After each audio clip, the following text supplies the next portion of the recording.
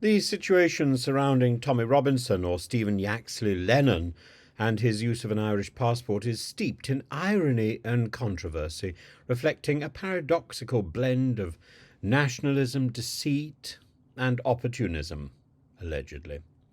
Robinson, the figurehead of far-right Britain, is known for his vehement advocacy of Brexit, his inflammatory rhetoric against immigrants and multiculturalism, yet his acquisition and use of an Irish passport, potentially under false pretences, apparently, exposes a hypocrisy that undermines his political stance and credibility, added to which the allegations being mooted that by what's his name now? The other Griffin, that Tommy Robinson is also a pawn of the Israeli government. You couldn't make this up, really, could you?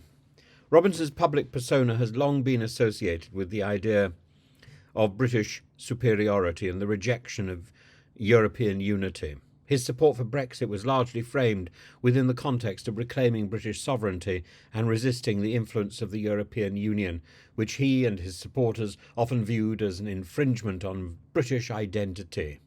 The fact that he now holds an Irish passport, possibly to circumvent the very consequences of Brexit that he championed, is an ironic twist that cannot be ignored. As a former Justice Minister, Charles Flanagan points out, a potential violation of the integrity of the Irish passport system must be taken seriously, particularly given the concerning allegations surrounding Robinson's place of birth and the accuracy of his passport application. Apparently, he's claimed that he was born in Ireland, whereas apparently he was born in the UK. His mother was born in Ireland.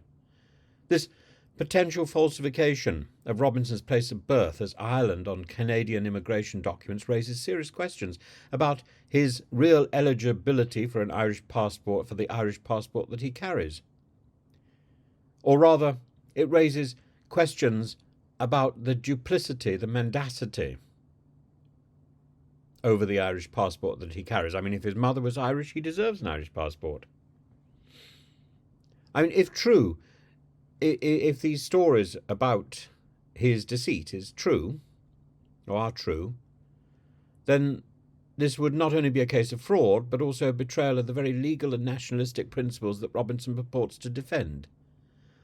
Paul Murphy, an Irish parliamentarian, has expressed the idea that Robinson might be travelling on a fraudulent passport while inciting racial hatred across Britain and Ireland. That's deeply troubling too, and warrants a formal investigation. This could lead to a revocation of his passport, further isolating Robinson from the benefits of EU citizenship that he seems so eager to retain despite his public stance for Brexit. Moreover, Robinson's apparent desire to avoid post-Brexit queues at airports by using an Irish passport highlights the self-serving nature of his actions. He'd rather tan himself on Cyprus than follow through with the rhetoric that he spews out. The contradiction here is stark. A man who publicly decried the EU, advocated for Britain's departure, now seeks to enjoy the privileges of EU citizenship, exposing a glaring inconsistency in his ideological commitments. The broader implications of this situation extend beyond Robinson himself. His actions exemplify the dangers of political opportunism and the ease with which nationalist rhetoric can be abandoned when it no longer serves personal interests. Robinson's case is a cautionary tale, underscoring the need for vigilance in protecting the integrity of national institutions like the passport system, which should not be exploited for the convenience of those who seek to undermine the very foundations of those institutions for a sunbed. Tommy Robinson's use of an Irish passport, if it is as bizarrely dodgy as the reports seem to suggest, acquired through deceit or used with deceit, while simultaneously advocating for British nationalism and Brexit and wishing to stir up similar worries in Ireland with the far-right community and the concerns about immigration in Ireland. It's a potent symbol of the contradictions and the moral failings that often underlie these far-right movements. In the end, selfishness gets the better of the integrity of these thugs. This serves as a reminder that those who loudly proclaim their patriotism and their nationalist credentials are not always guided by the same principles that they espouse, but by personal gain and connivance and deception. And as such, this situation merits closer scrutiny and action from the relevant authorities to ensure that justice and integrity may prevail. Now, of course, all of this story may simply be a plant to discredit Tommy Robinson further. We take that into consideration, of course.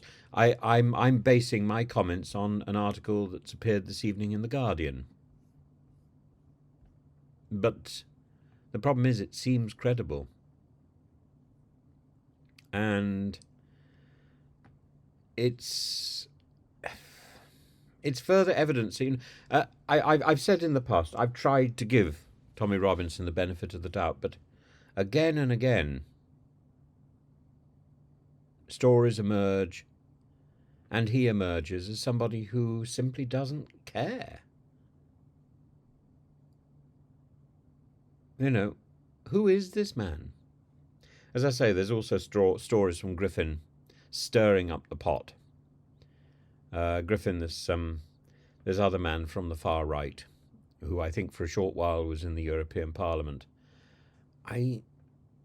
These people. It's been long planned. It's been particularly wound up over the last few years by an immense effort which is going on in Britain and all over Europe by Zionist paid fake nationalist shills who have been used relentlessly to wind up ordinary whites who've got plenty of real grievances, but then the grievances are being worked on and they've been whipped into a frenzy. In the case of this latest trouble, it was created, for instance, by the fact that a Rwandan he was born here, but his parents were Rwandan refugees of Christian origin, in fact, churchgoers. He was the one who murdered these 3 little girls in Southport. And these people were immediately saying it was Muslims. It was a Muslim, which actually wasn't.